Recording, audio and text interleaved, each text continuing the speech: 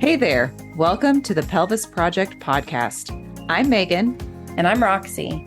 We're two pelvic health experts brought together by passion for our careers, entrepreneurship, motherhood, and the desire for intentional relationships. Join us in our mission to spread pelvic floor awareness and start conversations surrounding the truth behind genuine health, imperfect wellness, and joyfully navigating life. We are so glad you are here with us. Let's start the conversation.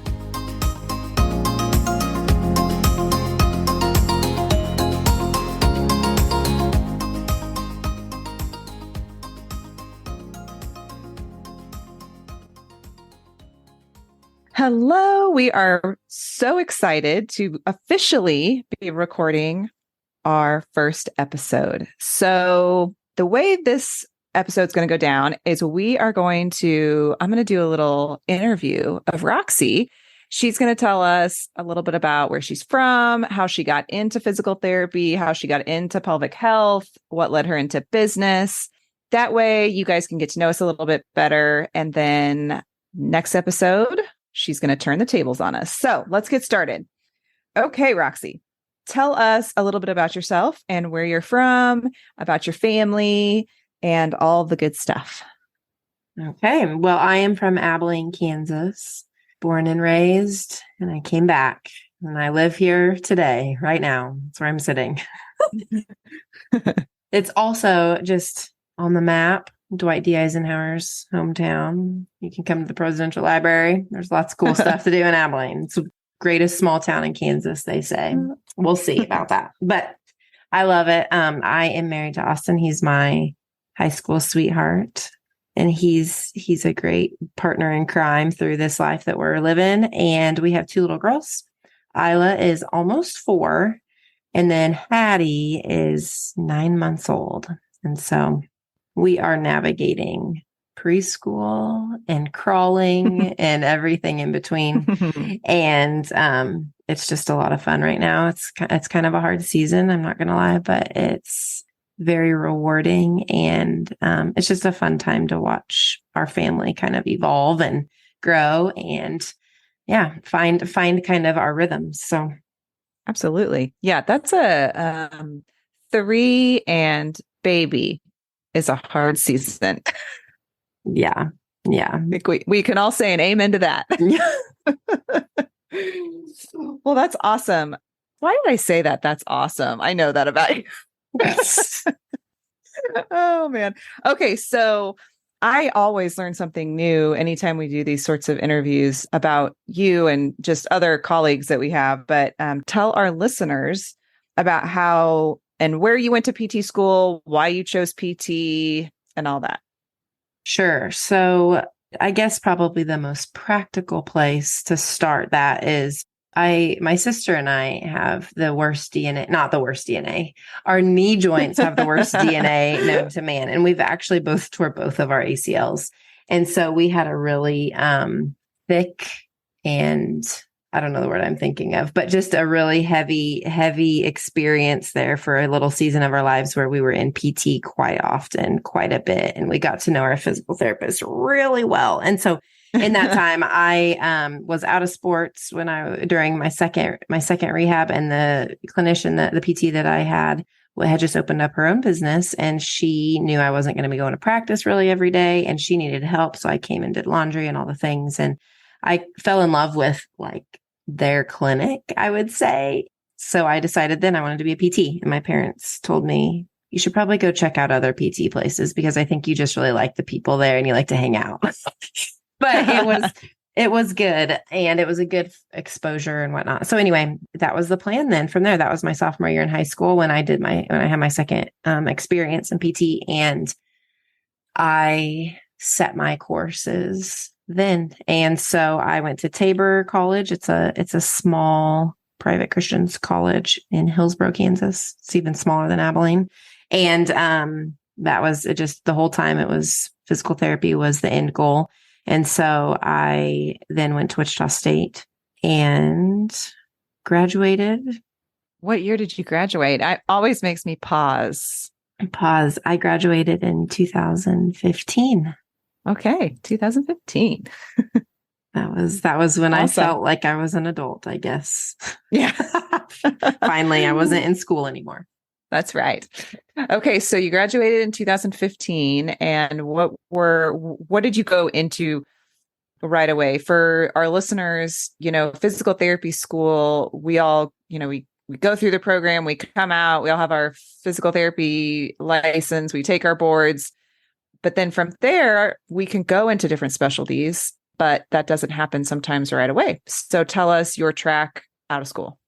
Sure. So I go back to my physical therapy experience in the clinic that I loved. I went right out of PT school and worked for them and here in Abilene. And it's kind of what people think of with physical therapy, the typical outpatient ortho. I saw total knees and rotator cuff, post-ops and low back pain and just everything in a rural community, anything that walked through the door. That's what I saw. I'd get a neuro patient here and there, and I'd get a little kid here and there, and I didn't know what I was really doing, but I just did the best I can. And in a small town, you kind of just have to be ready to rock with whoever comes through the door, and you do your research and you ask people who know more than you. And so I got a lot of really good ortho experience, and I really wouldn't probably change that.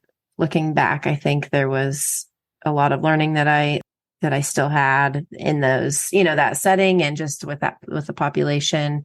And really looking back, it really set the stage for my pelvic health career. And that it's kind of where my physical therapy start happened. So what ended up bringing you to pelvic health?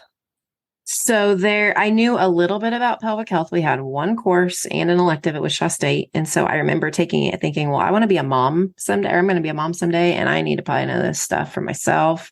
And so I had just gotten a very, very tiny sip of it then in school.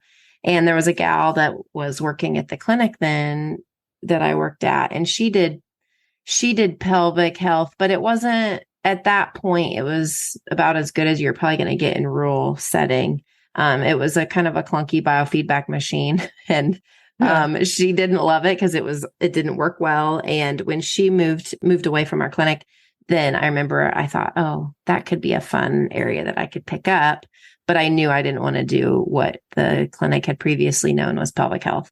And so I went to my boss and I said, hey, I'd like to learn more about that. I'd like to offer that service, but I want to take a course for it. I really want to know what I'm doing before I do that. So I called my professor from Wichita State who did it. I said, hey, I'm just in the middle of kind of nowhere, Kansas. And I need to be able to see who walks through the door. What's a good intro course? And so she sent me to Herman Wallace 1, and my eyes were opened wide to what pelvic health, how it should be treated, and the depth of just everything that it involved. And so then I started treating patients, and I realized the more that I treated, how much I didn't know. And so I just kept going. I took another course. It really started probably with my male patients. I thought, I don't know what to do with these guys. Like they need help, and no one's taught me how to treat them. So I need to go figure that out. And so it just kind of spiraled from there in a good way, spiraled up, but that's just realizing, oh, I don't know enough about that. Let me learn. And so that's kind of how that went. Listening to that, like I get so excited to talk further about our profession, because I think all of us that went into pelvic health had that course where our eyes were just like, wide open, and you realize what you were missing in your career. And I think regardless of if someone's quote unquote an orthotherapist or whatever, there's a lot in pelvic health that if a orthopedic clinician kind of knew or understood, it can really be a game changer. And not even if you choose not to, you don't have to treat pelvic health, but knowing some of the things that we come across or that we learn, goodness sakes, it could help the person with radicular pain down their arm or pain in their neck by, some of the techniques we use in pelvic health. So yeah, I was listening to you. I was just like, oh man, I cannot wait for more episodes for us to talk more about our profession and about the courses we take and just the specialty in general. It really is just exciting to be part of. So yeah, we'll get back on track with your. No, that's okay. I just was going to add to that. This morning I had a patient and she has just gone through the rigmarole of things postpartum, and she just said, I wish I would have known about this, 2 years ago when this all started, and it just hurt my heart. And I think that's where, where you and I's heart is a lot too with this podcast of just saying, how can we just let more people know? And, how can we share that? Yeah, I know exactly. And onto that too, I just had somebody this week who came in and she's pregnant and she's doing very well. And she said, I have my left side is more tight and it's just right here. And she kept putting her hand on her ischial tuberosity. So those of you that know where that's at, it's like right up in your glute where your hamstrings attach, your sits bones area. And she said, I'm stretching my hamstrings, I'm doing all this stuff. And in my head, I thought, well, yeah, it's probably your pelvic floor.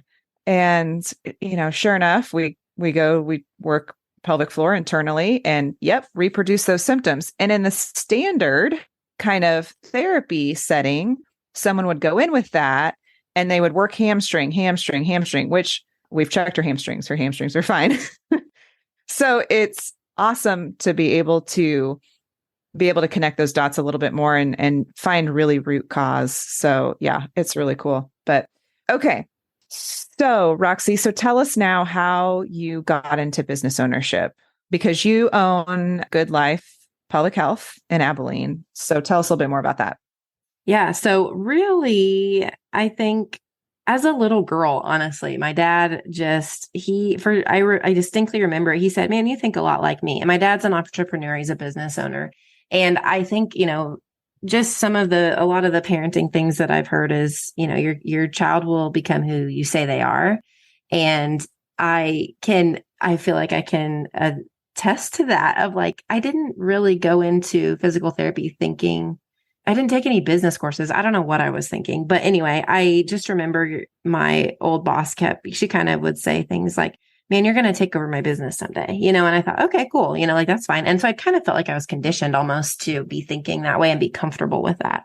But I didn't prepare myself. Like looking back, I should have taken business courses. I should have done a lot more of like accounting or I don't know, just even leadership type stuff. And all those types of things. So I came back to work for the clinic here in town. And we had kind of talked about, me owning that clinic or someday buying into that. And that was the plan. And so really that was kind of what I thought was going to happen. And, there was some divine intervention and the Lord really protected me from, even though that was a really great opportunity. And I think on paper, people probably think I'm crazy for walking away from that. And that's okay.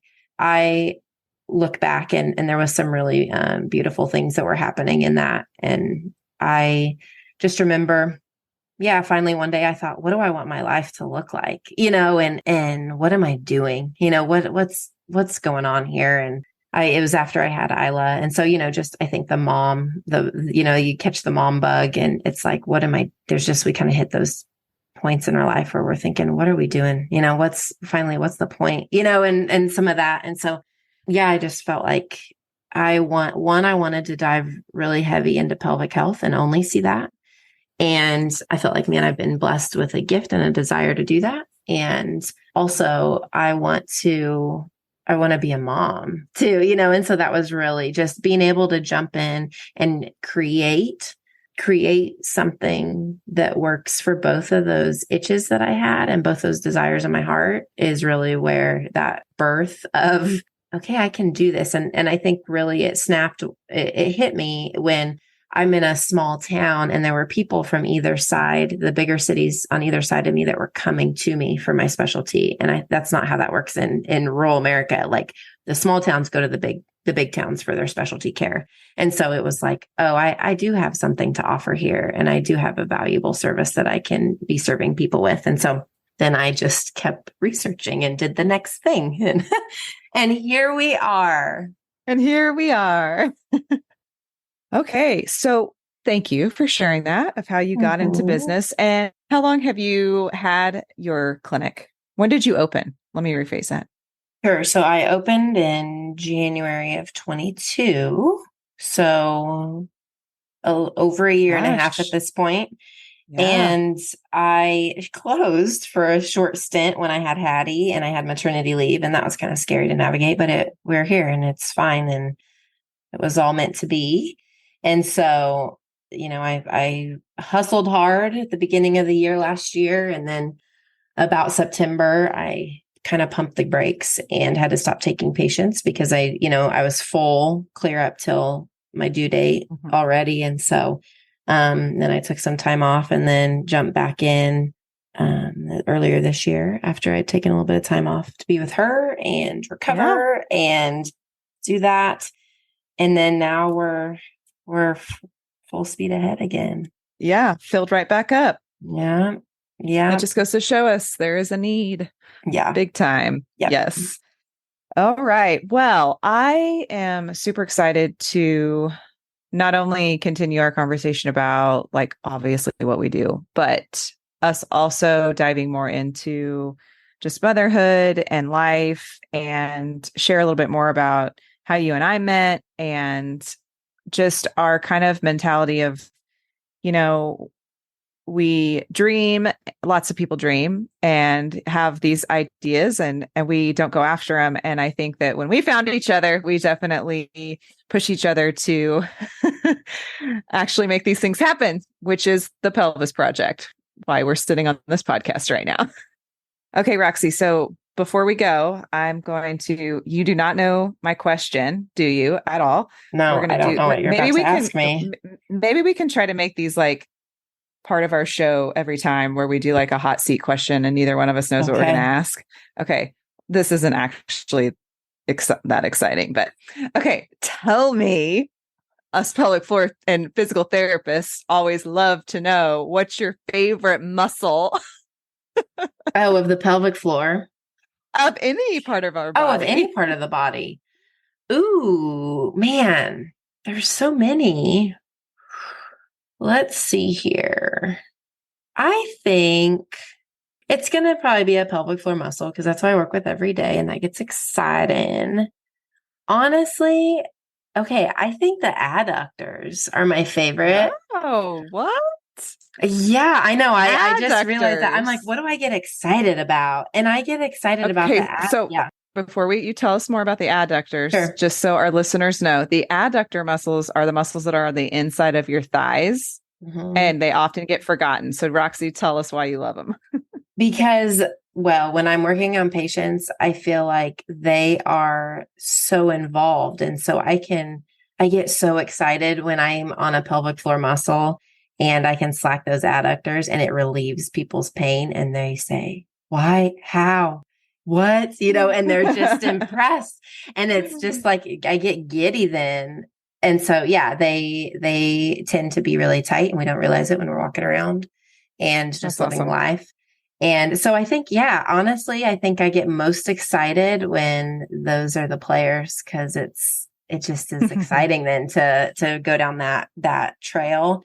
And they give people a taste of what it could feel like, of Yeah. when Yeah. they're having pain and it's sore. And then and then we can give them a glimpse of, oh, this is what health could be, and so Yeah. let's treat all this because there's potential there, that tells us that Yeah. there's a ton of hope. And so, yep.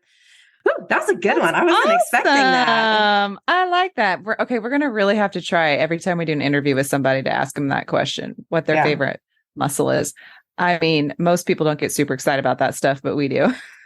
Yeah. Okay, so let's see if I can come up with a couple more. Okay, are you a crushed ice or solid ice? Ooh, crushed. Let's see, crushed. Oh, really? Yeah. Okay.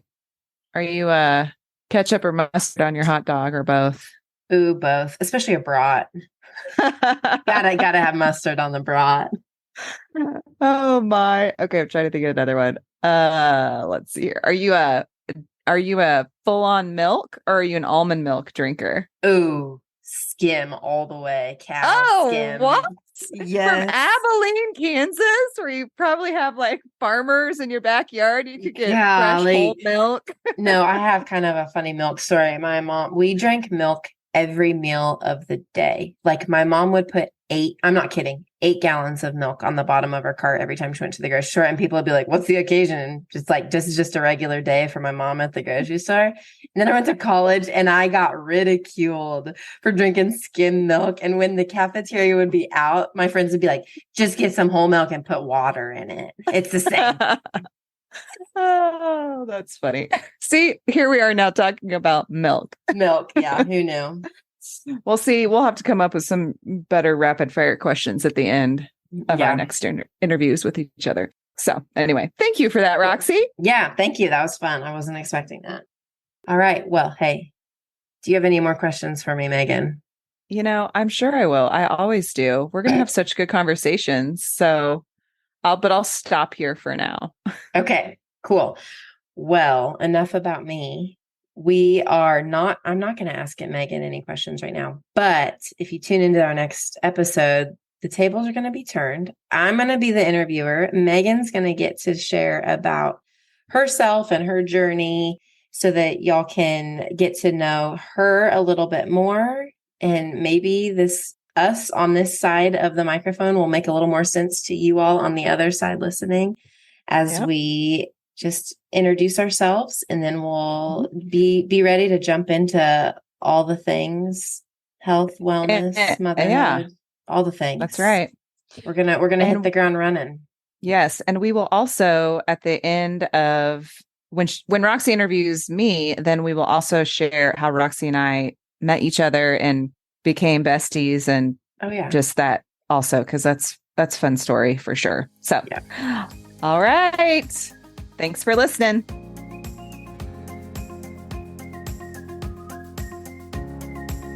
Thank you so much for joining us this week on the Pelvis Project podcast. Help us continue the conversation by liking and sharing this episode with friends. And if you really want to do us a solid, leave us a review. If you'd like to follow us on social, check out the show notes for links. And remember, this week, take a deep breath and relax your pelvic floor.